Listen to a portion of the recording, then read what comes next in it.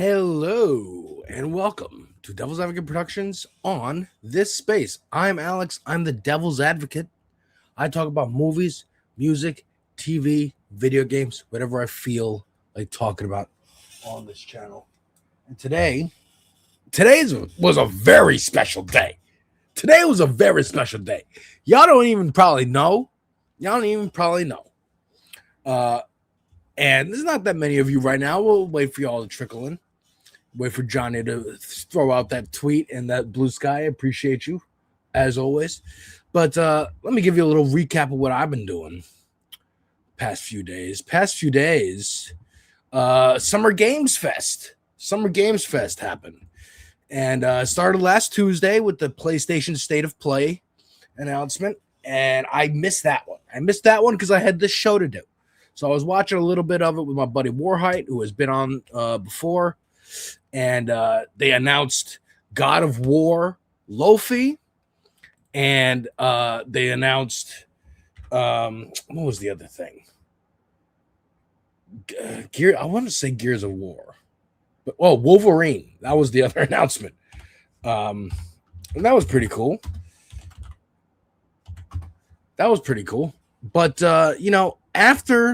as soon as that announcement happened on Tuesday, I said to War, this new God of War that takes place during the events of God of War 2018 that follows his wife who dies in the beginning of that game. This new game follows her journey through the afterlife, battling different gods and whatnot.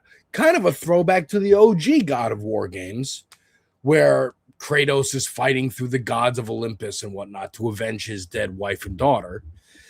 Now we're at this place where he's remarried. He's got a son, Atreus. Now his wife has died, and we're following them through the last two games, God of War 2018 and God of War Ragnarok. And now in this one, it takes place during those two games. And you're playing as his wife battling the gods of Egypt and Mesopotamia. And that's a cool thing. And I said to War, Asmongold's going to hate this. The loser bigot chuds are going to hate this. And lo and behold, as soon as I knew it, as soon as I finished this show and went on Twitter again, God of Woke was trending. And it didn't stop there, folks. It did not stop there. Because on Friday, we watched the full Summer Games Fest main event, right? Now, I have a couple of reactions out here for Vince Staples. This album is fantastic, by the way. Literally a hip-hop album against MAGA. Definitely check that out. But I clipped a couple trailer reactions here.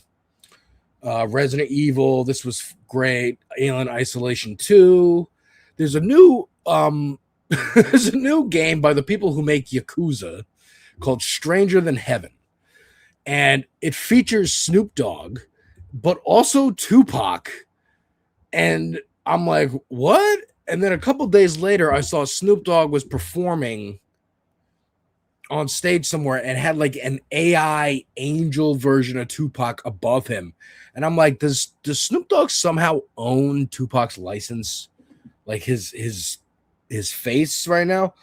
Or does he have some kind of deal with the estate doing that? Because this is weird and gross. It feels weird and gross in this trailer, and it felt weird and gross. But yeah, so then Friday we streamed that. On Sunday, we streamed the Xbox showcase and the PC gaming showcase. And there we got the announcement of a brand new Spyro game, which is pretty cool for people who like Spyro. I personally do not. God of Woke, the Cryberries are calling it. Yeah, I know. It's so silly. I knew it. We also got an announcement. The trailer's not on my channel, but we got an announcement of a new Castlevania game where you play as the daughter of the main character, Simon Belmont. And I knew this one's gonna get it too. They're gonna be mad at this one. But we also got a game coming out today. Today we got the Nintendo Direct. Nintendo announced, I think yesterday, hey, by the way, we're here too. Tomorrow we're going to have our thing at 10 o'clock in the morning. So I streamed it. I streamed it for all handful of people that was there. Pinkerbell was there.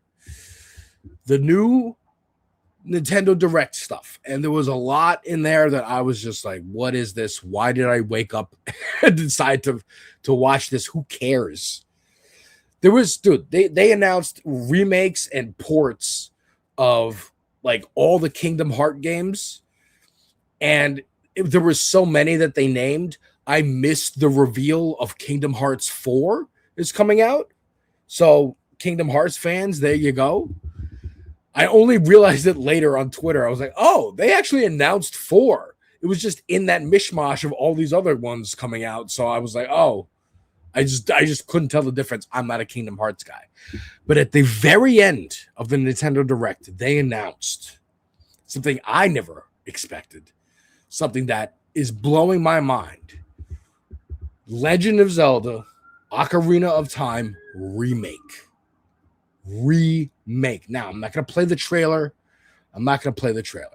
Because we might get dinged for it. I don't know how that works on YouTube. I didn't get dinged for it, but, you know, I don't really care what happens to my channel. If I get a DMCA, okay, then I won't do that again. But oh my God, it was amazing. And, you know, again, I just wanted to mention this because I as far as I thought, you know, of course they're gonna hate God of War starring a woman. Of course they're gonna hate Castlevania starring a woman. But this I didn't expect. This is someone called Smash JT. I've never heard of this guy, but apparently he's yet another, you know, Asmongold wannabe, geeks and gamers, nerdrotic kind of guy. And he goes, this is unnecessary and intentionally signaling trans.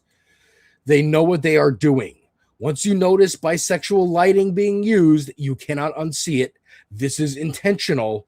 I will not be gaslit. And what he's pointing to is this image of Halo.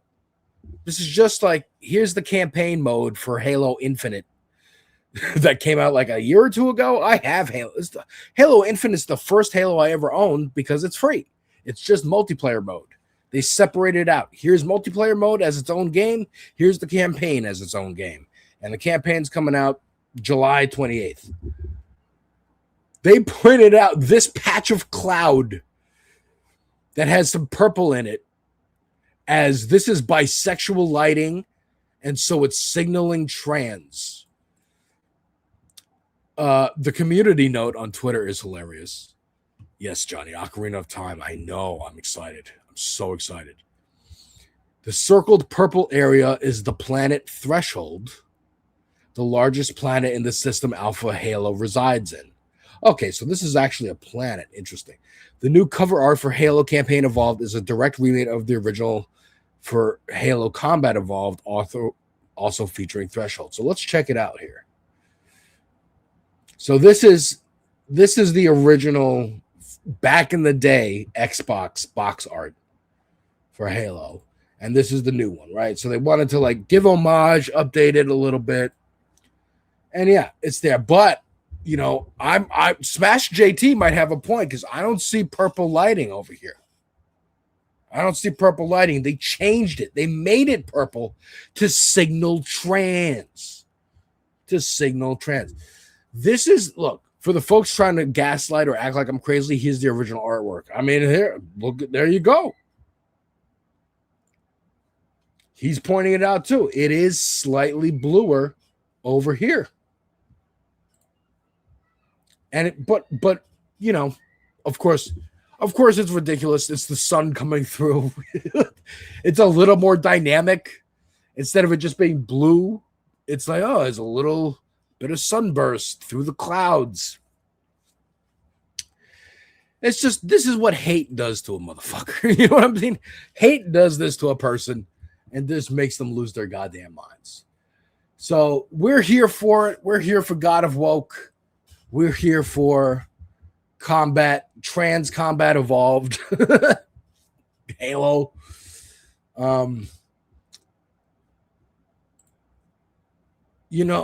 Johnny, you want to see the Ocarina reveal? So let's check out this. Maybe we'll be able to show this. So this is one of my favorite creators. Her name's Rachel. She's from Scotland.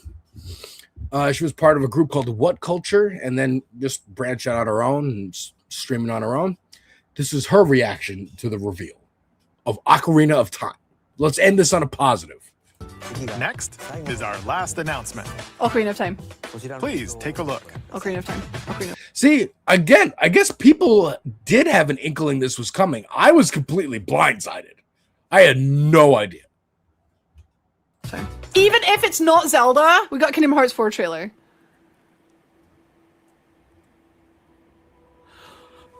Long ago, there was a land called Hyrule, created by beings of supreme divinity. At the very edge of this kingdom, It is Ocarina! Did you hear that? Forest. This is similar to my reaction, folks. Oh my god, I'm gonna cry! An ancient solitary tree quietly watched over the inhabitants of the forest. Oh my god! So yeah, go check out my reaction over on my channel, Devil's Advocate Productions on YouTube, to the amazing Ocarina of Time. It's just a teaser. You barely see anything, but it's there. You hear it. Saria's song. It's there. Oh my God. Okay. Now, on to bigger and better things. Even though this is like weeks old news at this point. Kevin Hart had a roast. Kevin Hart had a roast on Netflix. I didn't talk about it. Enough people talked about it. But I just wanted to take a look at this reaction here. And this is his reaction to the backlash of having Tony Hinchcliffe, Shane Gillis, people like this on the roast and, making highly racist jokes. Here, I'll say it again. Stop talking as if I said it. So when you say the family and the family's affected, I didn't disrespect the family. Yeah, you did. Now, this is his defense. I say, yeah, you did instinctually. His defense is, I didn't say those jokes. Now, what he's talking about is jokes about George Floyd. And they say the family is affected. The family's upset. The family's affected. And he's like, well, I didn't say the jokes. Well, it was a roast on Netflix. They run all the jokes by them. There's a team of writers writing the jokes. And you're Kevin Hart. You have pull. If you said, you know what? I don't want these jokes. They would have pulled the jokes. Or I'm going to pull out of the event. But money is more important to Kevin Hart. Now, we all know this. That money is more important to Kevin Hart than anything else. But this is him telling y'all, in case you were wondering, here he is giving middle fingers to George Floyd's family. Wasn't me. Even though my name's on the roast and I could have pulled out. Wasn't me. I have no power. Despite my name being on the roast. Showed up for the family when it happened. Made sure that the family felt supported. Made sure that all things there were actually cool. Behind the scenes, just as an example, you know the one person that I talked to, and I'm not even gonna tell you the conversation, Stephen Jackson. Oh, I know he caught that. That's because that's my nigga. Yeah. Hey, Stack, let me just call you, man, so I can explain to you like the world of the roast, X, Y, and Z. We talked. I get it, Kev. We had a great conversation. But that's what I mean when I say, hey, man, let me call the one person after.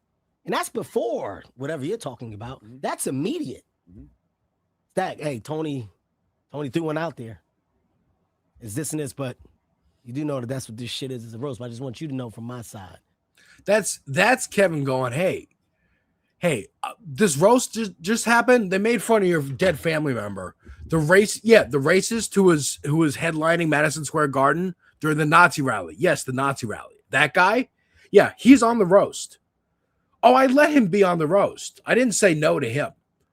I didn't say no to Netflix. Totally fine. He was on the roast. Knew he was going to say some racist shit because that's kind of all he does. Yeah. I just wanted to do this so that I could say I did this for when I'm interviewed inevitably afterwards. That's what he's doing here. I did it privately. So y'all don't care. Y'all don't really care because you're not actually talking to the family. I'm talking to I don't even know who Steve is. That man is on his own. You ain't lead with that, Kev. You should have been leading with that the whole time. I don't need to. People just want to know you care. I don't fucking need to prove to people that I give a fuck. Yes, you do. No. Yes, you do. Now, here's what I remember. Here's why I wanted to talk about this at all. I remember years ago, Kevin Hart made some kind of joke in a stand-up routine about a kid coming out to him as gay. By the way, hi, Wanda. Hi, Bebe. Hi, Snicks Bay. Hi, everyone. Welcome to the chat. How are you? Kevin Hart made a joke about, like, if my kid ever came out as gay, I'd strangle him. Something like that. I don't remember exactly. Some kind of gay joke. And, you say, Bebe, George Floyd jokes, some things aren't funny. You can make a funny George Floyd joke. I believe you can make a funny joke out of pretty much anything. You just have to make it funny. I think so. Kevin Hart made a gay joke. People got upset, and he went and apologized. He apologized publicly on like Ellen's show, which is hilarious in retrospect that Ellen was the arbiter of morality. He apologized like individually, made like an apology video, and that was it. And then it kept coming up years after, like over the years, it kept coming up. Whenever he got like a big new movie role or something good happened to him, here comes people on the internet being like, well, remember this, and he would apologize again and again. And then it got to the point where he was offered the hosting gig at the Oscars. And he was like, oh, cool, big, cool gig, whatever. And then here comes the people again. But he said this homophobic thing. He said this joke. And he was like, okay, you know what? I don't want to have to apologize for this every fucking couple years. Fuck you. I'm not taking the job. I'm just not taking the job. And that, I think, was the year where they decided to like have no hosts for the Oscars and just rotate through. Here's Tina Fey, and here's Trevor Noah, and here's Michael Che and Colin Jost, and blah, blah, blah. I understand that. I get that. But how hard is it to just be like, yeah, I'm sorry. Yeah, my bad. Now, he might be in a position where like there's no benefit to really taking that job, because what do you take the hosting job at the Oscars for? Just to keep your name in the mouths of Hollywood studio executives. Be like, he's a person that we know about and we like, right? I guess he didn't need to. He's already someone that they call. He shows up, he does his job, boom. This is about credibility with the culture. This is the same shit. We're going to get all back around to this when I talk about Jay-Z towards the end. But this is about credibility with the culture and being like, no. I didn't shit on George Floyd. I didn't disrespect the family. That was Tony. That's part of a roast. I'm trying to justify it. And Charlemagne's like, you absolutely do need to prove to people that you care. Because they don't know that you're calling the family behind the scenes if you are. They don't know that. They think you're cool with it. You signed off on this. You signed off on everybody because it's your roast. You need to prove to people that I give a fuck. Yes, you do. No, I don't. Just this time. This one time. No. Yes, this one. No. If you open that door, then that's the door that people expect all the time. Why the fuck do I need to do that? I think it's because See, that's what I mean. You open the door, then that's what people expect. That's what is in his back of his mind. I opened the door. I gave that apology years ago, and now they expect me to constantly apologize, and I don't want to do that. And my question is, why not? Why not? Why don't you want to learn? Because of how much the George Floyd situation affected so many people. I think I get what you're saying and how you stand on your business, and I respect you for that. I'm not talking about business. Or whatever it is. I think with certain things. Not say it. But their pushback is it happened at Kevin Hart's roast. Kevin Hart, who is like, he's like, so many of us support you. You're ours. They just want to hear you say. Okay, I just want to hear you say what you said today is tasteless. You actually reached out to somebody who's considered a family to say, let them know. That's all. I have the best example. If I go to a nightclub and like we're celebrating, right? And 2 people get killed that night at the nightclub. What's the headline? Kevin Hart's party got shot. Shot up. 2 people died at Kevin Hart's party. Right? People may say, I'm never going to Kevin Hart's party again. Man, you can't go to Kevin Hart shit. Kevin Hart shit ain't safe. I ain't fucking with Kev. You heard what happened. I go, but I didn't fucking do it. I didn't even know the people that fucking was shooting. I didn't even know the 2 people that got killed. That's not at all an apt analogy. This is more like you went to a nightclub. No, this is more like you rented out a nightclub. The only people in the nightclub are people associated with you. And yeah, someone got injured. Also, maybe don't use the death thing as an analogy when talking about George Floyd. Stupid. But yeah, that is not an apt analogy. What's the headline say? Again, more concerned with like media perception than like you were cool with it. You were okay with that joke. You didn't want to say, maybe you didn't want to say it because you didn't want the white people either at Netflix or the writers or whatever to be like, oh, he's so sensitive. We can't work with him again. I don't know. The nature of being the name. Your name is attached to things to make things bigger. What is my fucking... I didn't shoot the gun. Why am I arguing and why am I doing interviews after? Why were they in your party with guns? But who knows? I don't work the metal detectors. I'm not the security guys. The club does all that. I don't have those answers. You understand what I'm saying? Like the responsibility it starts to compile as if I'm the one in charge. We are not in charge of the dialogue from anybody on that stage. If Tony calls you right now and says, man, Kev, man, I was out at the comedy club, man. And man, this dude, man, who said he was George Floyd's brother, smacked the shit out of me. Yeah, I'll deal with that. Yeah. What do you want me to do? He just doesn't want any responsibility. And here's Van Lathan, higher learning, with a response to that.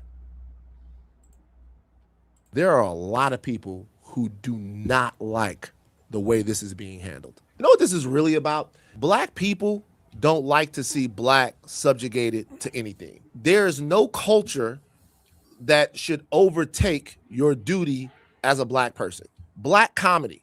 People are going to ask, which culture is more important, the black or the comedy? Black police officer. Which culture is more important, the black or the police officer? If you are saying I am blue before I am black, then that means a nigga is going to get punched in his fucking face. Or a black man, as a black woman, is going to be abused because you are in the middle of a culture that can be dangerous to black people, and you ain't gonna say nothing because you blue and not black. We're gonna talk later about Abdul Carter and Jackson Dart and the sanctity of the NFL locker room. Are you an NFL player, or are you a black NFL player that will stand in the gap against racism or racist policies? Will you disturb the sanctity of the locker room, the culture of the NFL?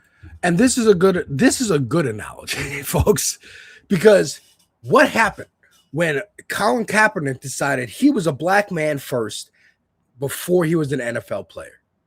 NFL said, I bet, get the fuck out. Get the fuck out. You're going to kneel for the national anthem? No. You perform the ritual we want you to perform, or you're done. And I think that's what Kev is worried about.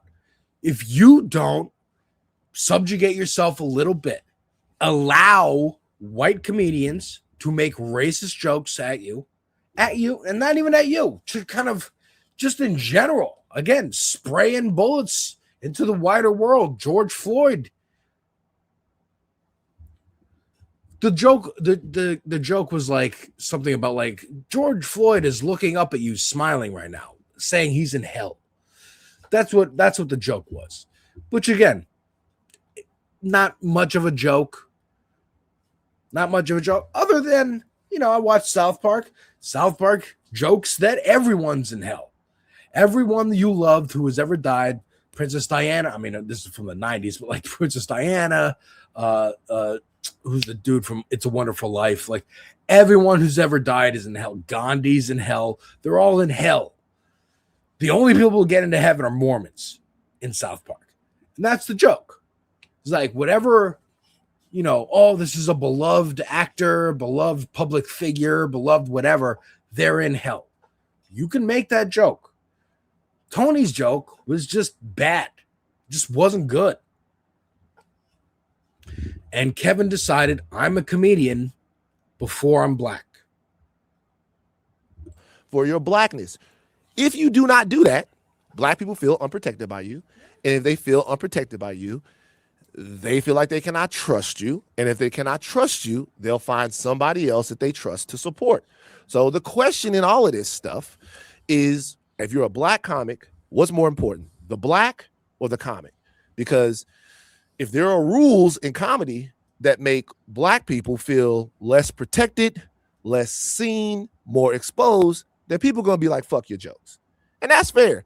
But when people are asking them, it's important that people know, Kevin Hart or anyone else, that they're not asking these questions like with an objective view of the lens of freedom of speech in America. They're asking these questions in context. And the context is 400 plus years of some of the worst torture, degradation, and disenfranchisement in the history of the world.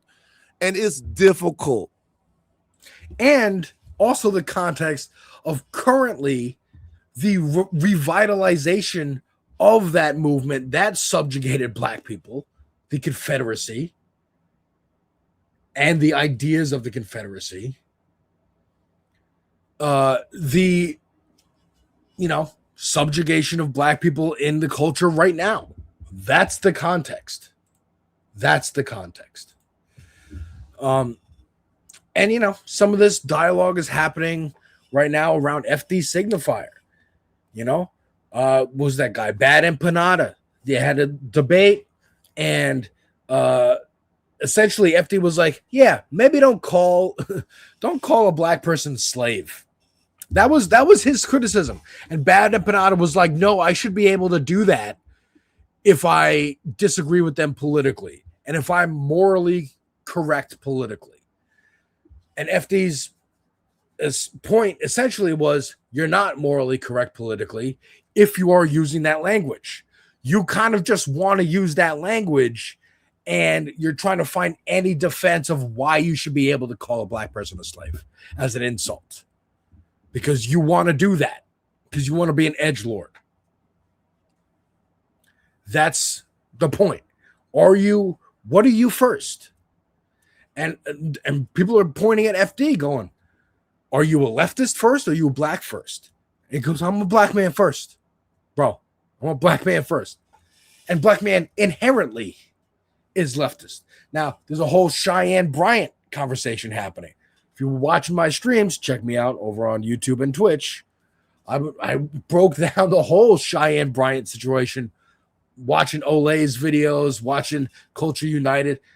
Essentially, she's a hack, fake doctor, calling herself a doctor, maybe has a doctorate, but calling herself a doctor to use that as legitimizing her opinions as a relationship expert and life coach to get a following so that she can sell books and all this. She's already selling books. She's already like on a book tour right now. And there's black people who defend this. There's black people who defend Kevin Hart because why are you trying to tear a black man down? So what? Okay, he had to deal with a little bit of that, but that's all right. Everybody does. Why are you trying to tear a black woman down when you talk about Cheyenne Bryant? It's like, well, it's not, nobody's trying to tear down a black woman or tear down a black man. Trying to tear down a fraudster, a grifter, someone who's not helping the culture, who's not there for you. So we'll see. I doubt Kevin Hart's like ticket sales numbers are going to go down. This is my same argument with Vanguard. You know, if I ever go on the Vanguard, I'll bring up Bill Burr.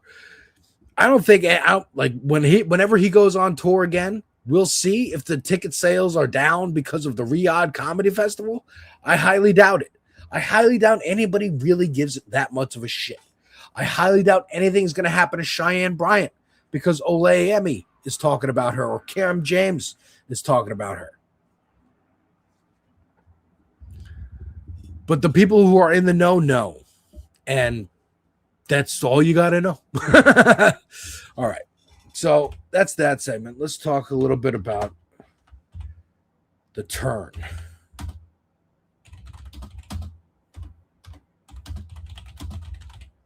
So I've been talking about this for weeks at this point. People are turning on the right wing. People are turning on the right wing, including right wingers themselves.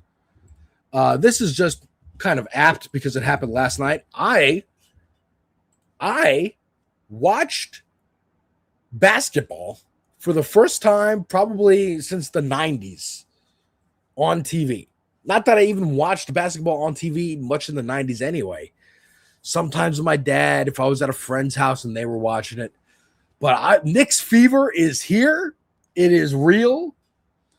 And I watched the whole game. It was a buzzer beater. It was close, tied to the end. Unfortunately, the Spurs won because this fucking asshole decided to show up and lock down all of Midtown so that no one could get near Madison Square Garden. It was annoying. What's up? Hey, what's up, Hank? How you doing? Taking a break from sun tanning at Celebrity Beach. Skippy a speedo to say hello. I can tell. And, you know, you better keep that quiet because Trump over here is going to try and find you. He loves milky, creamy thighs of men. He keeps talking about it. That's probably why he truly forced himself into the locker room last night. Reporters were not allowed into the locker room pregame to interview because he wanted to go in. Because he wanted the milky, creamy thighs. But here he is at Madison Square Garden getting the absolute shit booed out of him.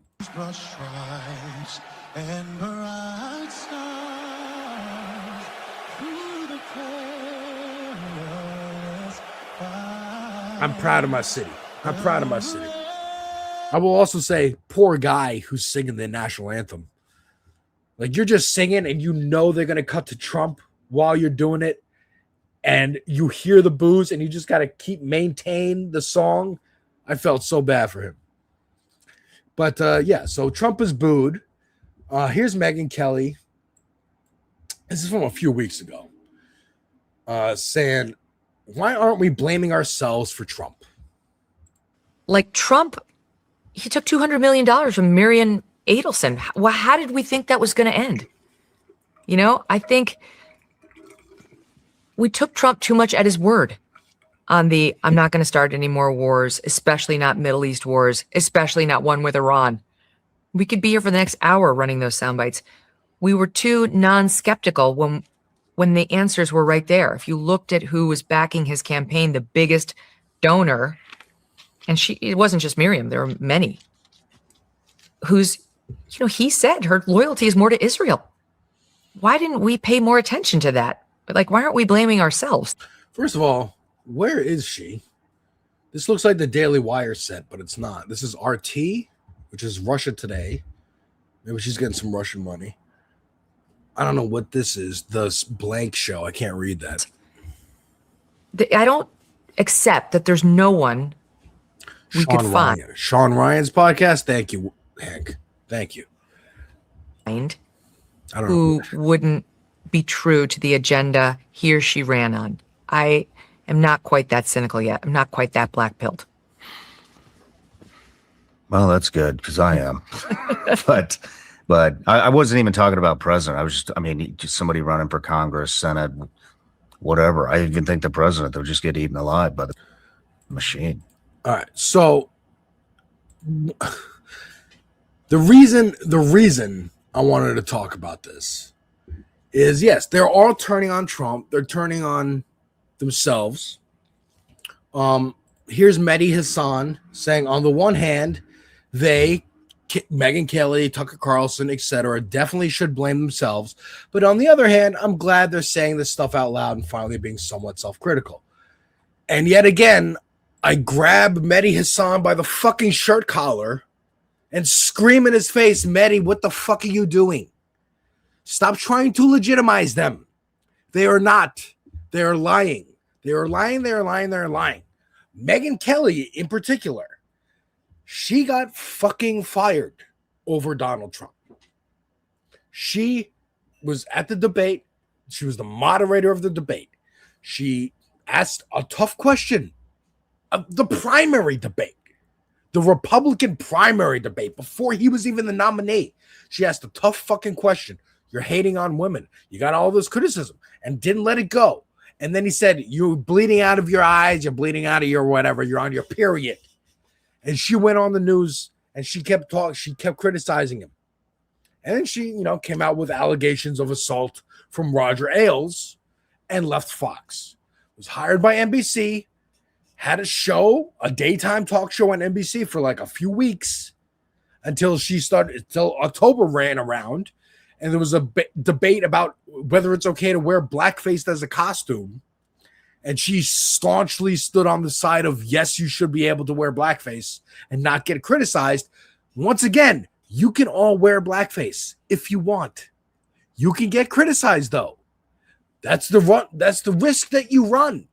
You also run the risk of getting punched in the fucking face, but you more likely run a risk of getting criticized, maybe expelled from school if you're a student, maybe fired from your job if you have a job in this economy. Her argument is you shouldn't have any consequences. That is all of their argument.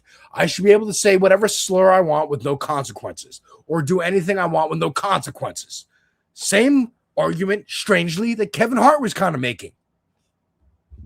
So fuck Megyn Kelly, fuck Tucker Carlson. She, again, because of Trump, lost her job. Because of Trump. And then after NBC fired her, was like, shit, I'm dead in the water. I need to do something. I'm going to go pro-Trump. And has been pro-Trump ever since, trying to make up for the fact and have people forget that she lost her fucking job for criticizing Trump.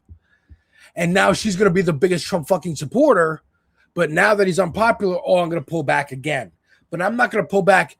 She could have, dude, if she had stuck with it, she would have been like, she would have had the most credibility. I was against Trump from then. For 10 years, I've been against Trump.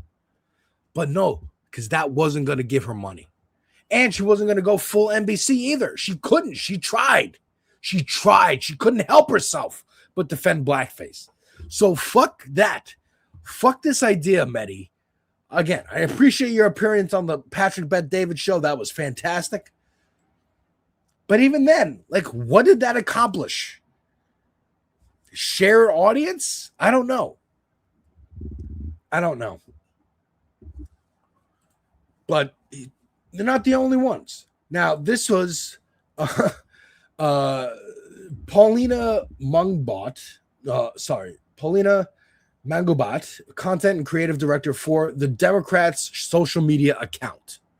Okay. She replied using the Democrats' account under Katie Miller, Stephen Miller's wife. Your husband's an ugly fuck. And this was her response to Katie Miller saying she should be fired. This is inappropriate and blah, blah, blah, blah, blah, blah, blah. Let's bring in Paulina Mangubat, content and creative director at the DNC. So Katie Miller has been posting about you. She says, who runs the Democrats account? She's 30, unmarried with no kids, as if that's an insult. Put your name on it next time. This is what a sad, unhappy female liberal looks like. That's why Pew reports 50% of them have been diagnosed with a mental condition. This is low-key, high-key threatening her because if she's killed because of this. Some lunatic Republican is like, oh, I'm going to find this person. How dare you insult Stephen Miller and kill her? They'll go, oh, well, she was mentally unwell. It's just like when Joe Rogan said to Theo Vaughn, oh, I think you're having, you're a little suicidal. Like maybe stop talking about Israel so much. Very weird. Very weird. People pointed that out. And her response, this is her response. You want Katie Miller to know? I want Katie Miller to know that her husband is an ugly fuck. Stephen Miller is one of the most powerful men in the country right now. He is a White House official who is taking to Twitter to hurl these absolutely false and transphobic attacks against an amazing candidate in Texas, James Tallarico. We simply called him ugly. And I think that what he has been doing is ugly. Okay, so there's her response. Well, actually, let's finish it. He is celebrating when ICE shoots down Americans in the street. He thinks that it's cool when families are separated, and it's just absolutely disgusting. And so, yeah, I stand by calling him an ugly fuck. Word. This goes into the broader conversation that I've been having. I think Dieter has been having. And unfortunately, I won't be here tomorrow. So you're going to have to, next week, me and Dieter will reunite. But this broader conversation of the Republicans expect the Democrats to hold decorum. They expect the Democrats to hold up the fucking institutions that they keep wrecking. And as soon as the Democrats are like, you know what? Fuck it.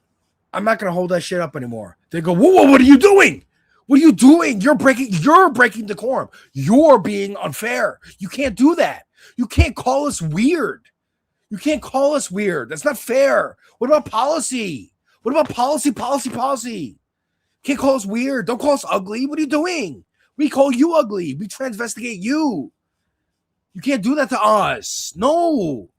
They get mad because they will fucking lose.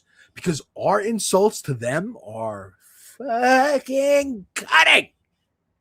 Fucking cutting. Dude, that is someone running a social media account for the main Democrats account. I wouldn't even be surprised if the Democrats did let her go because they want to hold on to decorum and, oh, we're so special and we care about institutions and bullshit like that. But so far, I don't think they have. And so far, they're getting some fucking pushback. Now, here's another person. Now, these aren't turning against MAGA. These are just, again, this segment is people who are turning against MAGA and MAGA people feeling the heat. Okay? These are some MAGA people feeling the heat. Fresh off her debate with Sam Cedar and fresh off his appearance on Jubilee, here is Dave Rubin talking with his actual friend, Jillian Michaels, about the crazy environment of Jubilee, which we cannot show because we will get DMCA'd. And I honestly believe several of them would have killed me if given the opportunity, truly. And you all know my guy, Joey, who works for me. And he said to me after, he said, Dave, I made a choice halfway through that if one of them was going to attack you, I was going to get involved. Wow. Because that's the level of— Oh my God, Dr. Drew fucking jump scare. Holy shit. Tension. Like I could feel the dagger. I don't know who this is. I want to say Stacey Dash, but it's definitely not. But Stacey Dash adjacent. Stacey Dash mold is coming at me. The ones that mostly they had horrible scowls on their faces, but the ones that smiled at me actually seemed like the most dangerous because they were like Joker smiles. So here he is complaining about how scared he was in a YouTube debate setting. Now, I saw, speaking of Mehdi Hassan, Mehdi do that same debate, and there was times watching that where I was nervous for Mehdi. These like rabid Islamophobic fascists, they look like they did want to actually swing on him, and were close to swinging on him. Matter of fact, he said afterwards, yeah, I was actually kind of nervous. Whereas Dave Rubin, Ain't nobody swinging on Dave Rubin. Nobody cares about Dave Rubin. Nobody knows who you are enough to care. Okay? Nobody knows who you are enough to care. But again, I just need to keep pointing out this stuff that even MAGA people are feeling the heat. This clip went viral a couple days ago. Now, he has not moved off being, MAGA, lunatic, fascist, whatever. But as I was talking about in the beginning, one of the proponents of the God of woke bullshit, Asmongold, kind of had an accidental moment of self-reflection on stream. And I just want to play this for y'all. I mean, I'm going to bed at like fucking 1 a.m., 2 a.m. I mean, this is getting bad, guys. Like on my day off, I washed my car and I did lawn work. I fed the birds. And I'm stressing out, boys. He's talking about being lonely. I'm stressing out. What's going on? Like we gotta do something about this. Like I have to, like, I don't know. I don't know what I need to do. It's gotta be something. I gotta figure something out. They're expiring, I guess so. And become a eunuch, fuck it. I guess so. Damn Unc got them old. Someone said become a eunuch. That'll be a move. Do it on stream. Get castrated on stream. This is, I'm telling you, they are feeling the turn. And I don't know if it's just the unpopularity of Trump and that trickle-down effect, or it's some kind of internal growth. And I don't mean growth as in they're becoming good people. No. I mean growth in terms of they're recognizing the environment that they've created around themselves, and it's stinky and gross, and they don't like it. I point to iDubbbz. What was stressing him out, Hank? It was the fact that he doesn't have a girlfriend. That's what was. He's like, I'm alone. It hit him for a minute. It was like, actually, I go to sleep really late. I'm always tired. On my days off, I just do chores around the house. I have no one. He has no one in his life. He didn't even say, like, I have friends I meet up with and go. He has no one. He's isolated himself. That's his problem. And again, I don't think it's growth. Like, I point to iDubbbz. iDubbbz was an edgy content creator back, I don't know, fucking 15 years ago on YouTube. I only found out about him in retrospect. I point y'all towards this video. This was 2 years ago. It was actually one of her first videos. Ole ME made a video with iDubbbz interviewing him, calling it the leftist rebrand, quote unquote, featuring iDubbbz. And she talks to him about, like, why did you kind of do this? Was it like, oh, you were trying to do this for political reasons, or what motivated you? And he was like, dude, it was just the people I would meet who were fans of mine when I went to TwitchCon or YouTube conventions or whatever it was, or just walking down the street and the people coming up to me like, I'm your fan. I didn't like those people. And I realized I was cultivating this kind of fan base. People who would come up to me and yell slurs. There's a great interview he did with one of the guys from Smosh, which, once again, in the 90s, and remembers what YouTube was like when it first launched, that it was just America's fucking funniest home videos, people getting kicked in the nuts, and Smosh was just two dudes singing the Pokemon anthem. And now they're like media creators and producers and blah, blah. It's fucking ridiculous. But one of the dudes from Smosh interviewed iDubbbz and was like, yeah, people would come up to you and yell words that you can only describe by describing the first letter of that word. He was like, yeah, that was the problem. And he realized that's not what's in his heart. As much as, and hell, I'm just watching this video coincidentally by this other great creator, Saros TV, talking about Funky Frog Bait. These names, dude, I swear to God, I know, dude. I know. I hate these names. But this is kind of in the same vein of like,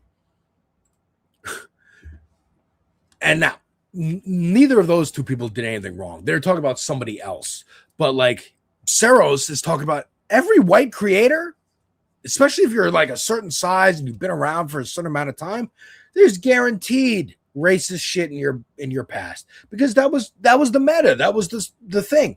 It was edgy stuff. Okay. Sarah Silverman show, The Man Show, Adult Swim, like all Family Guy, South Park, all this shit from the 90s into the 2000s. And it kind of, I'd say in the 2010s, kind of got all the racist shit got swept up by the right wingers.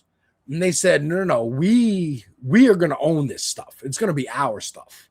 And that's where the separation began. Breitbart, Epstein, kind of making that clear, cleaving that room, Gamergate really being a part of this. But this idea of, they actually don't like the environments that they've created. I will point to another example.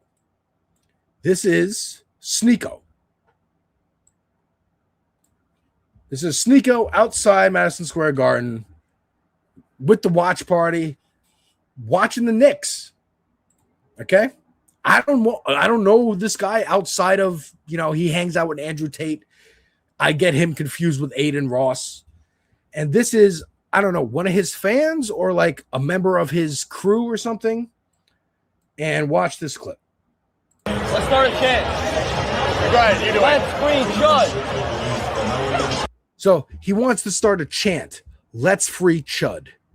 Okay? If you want to know who Chud is, they're talking about this guy. Chud the Builder. And I am not going to play clips of him because all he does, this guy right here in the cowboy hat, all he does is say the N-word. All he does is say the N-word.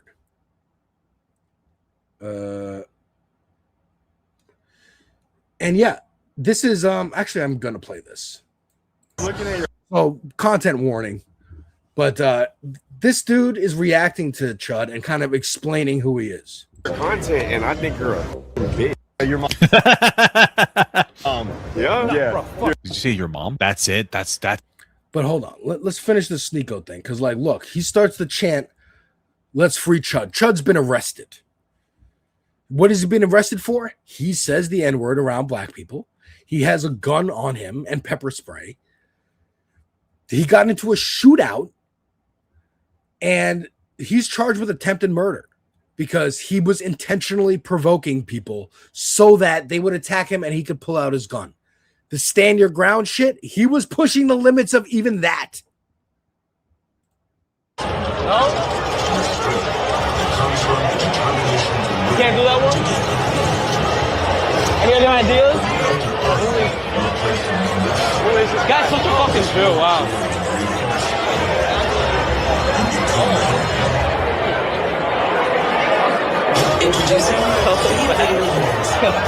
This bitch looked over here and smiled when I'm reading a chat saying, tell the fat Asian she's not mocking.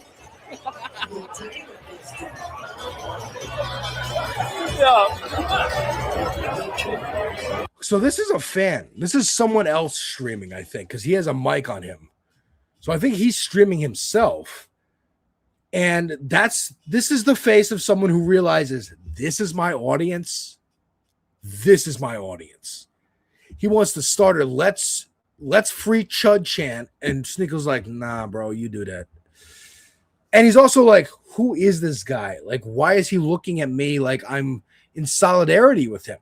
And then when he doesn't do that and he kind of like brushes the guy off, the guy's like, wow, what a Jew. What a Jew. And then this girl was looking at him weird. And he's like, oh, the fat Asian said she's not mogging. Like, oh, she got mad because she saw that I was tweeting fat Asian. And actually, you're not mogging me.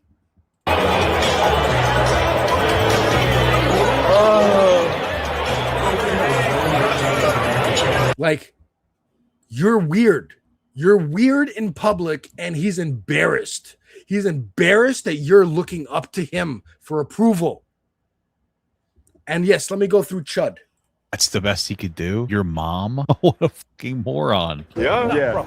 You're in He's always simping out. This has led to nobody liking Chud. His wife left him. She's trying to change his wife left him. Their son's name. She's trying to change the son's name so that they're not associated with him because she doesn't want her son to have the same name as him. He's even Based, honestly. been kicked out of his church.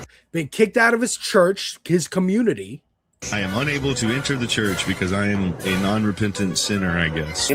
Wow, even the church kicked him out? Holy shit, dude, what a W. Like, my whole family doesn't.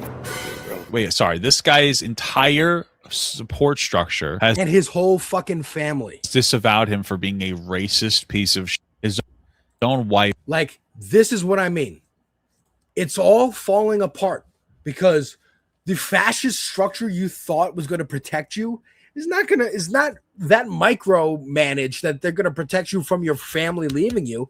Now, ask Steven Crowder about that. And they're already trying to, like, maybe we shouldn't let women divorce men so that we can mitigate that problem. Because, if people start getting divorced because of this shit, if your women start leaving you, if you start being isolated, even more isolated than you already are, then they're going to be like, yeah, all right, fuck Trump. I'm going to throw my life away for this fucking asshole who doesn't give a shit about me, who keeps making my gas go up and start fucking wars on Iran. I'm going to make my gas go up because of him? Fuck that shit. Fuck that shit. It's turning. The mood is turning. The mood is turning. Dude, everyone wants to be in New York right now. We got Mayor Mamdani making the place fucking nice. We got the Knicks on a fucking streak. Fingers crossed, knock wood. All right? I'm saying, bro. I'm saying. Now, I promised I would end with this, and so I shall. The billionaires are nervous. The billionaires are nervous. As I said, the Trump people are nervous, and they're trying to change the narrative and whatnot. The billionaires are nervous too. And I point to you, Jay-Z had, the Roots had a picnic, a performance. Jay-Z has a couple more performances lined up for the anniversary of his first album and the Blueprint album. I'm still going through his albums on my channel. Once again, check out Devil's Advocate Productions to see me go through Jay-Z's albums. I went through the second one so far, and I even covered the freestyle a little bit that he did. He did a freestyle.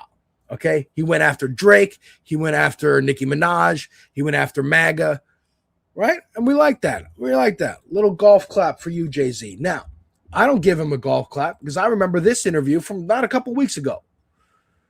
Not a couple weeks ago. Watch this.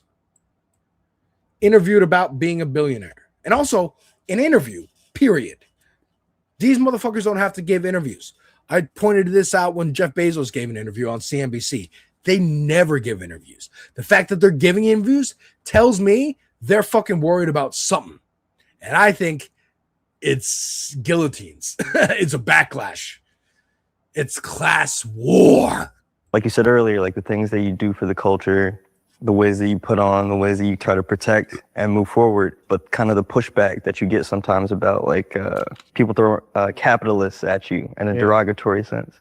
Yeah, I think in that verse specifically, the only thing I heard coming up was the American dream until we started being successful. And it was like, wait a minute, you're selling out because you're making money. That was the first thing that was put on musicians.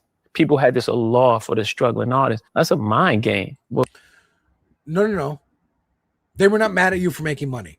And it wasn't, as soon as you started making money, they said you're selling out and you're capitalism's back. American Dream is not making $1 billion. American Dream is having a job that pays you enough money to own a fucking house, have a fucking family, go on fucking vacations, not worry about bills and all this shit so much that it bogs down every single second of your day. That's the fucking American goddamn dream. It's the middle fucking class, dumbass. We would call back in the day with tricknology.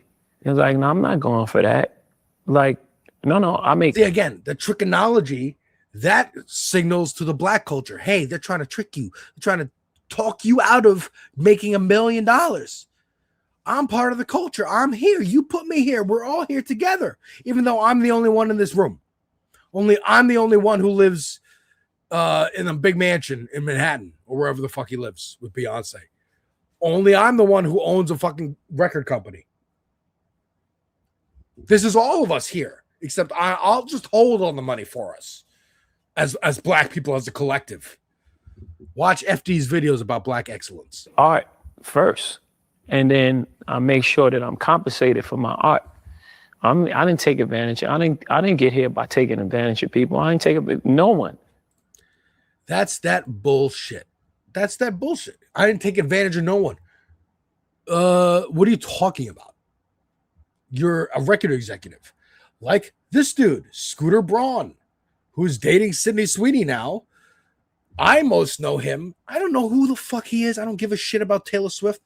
I know him from owning Taylor Swift's music. That's what he did. And now he's dating Sydney Sweeney. And I'm sure starting to own everything that she puts out. That's my guess. This is by the Free Press, by the way. One thing that's been heavily debated is Live Nation, the ticket sales platform. A federal jury recently found that Live Nation and Ticketmaster, which Live Nation bought, operated an illegal monopoly. Is Live Nation like the big bad that everyone says it is? No. We come in a society now where it's like, if you are big, you must be an oppressor. You must be bad. Oh, yeah. You know, we used to be a society that celebrated great entrepreneurs. And that was the American way. And funny enough, Live Nation is ran by a really great Canadian, Michael Rapino. Michael Rapino is a... Wow, doesn't that sound a lot like what Jay-Z just said? It used to be that this is the American way. This is the American dream. Aim for something big.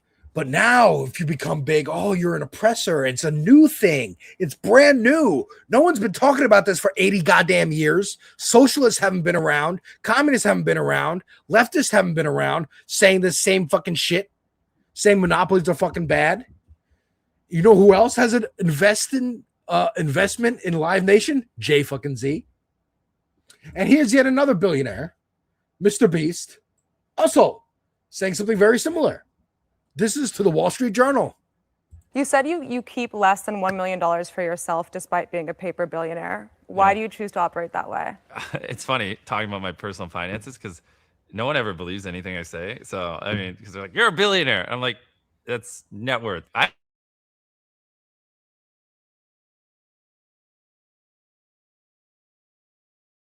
Oh, I'm sorry. Oh, did that glitch out? Sorry. Technically, everyone watching this video has more money than me. He says, technically, everyone watching this video has more money than him. Is that just like Jay-Z? I'm not a billionaire. I'm holding it all for you. That's just net worth, man. Come on.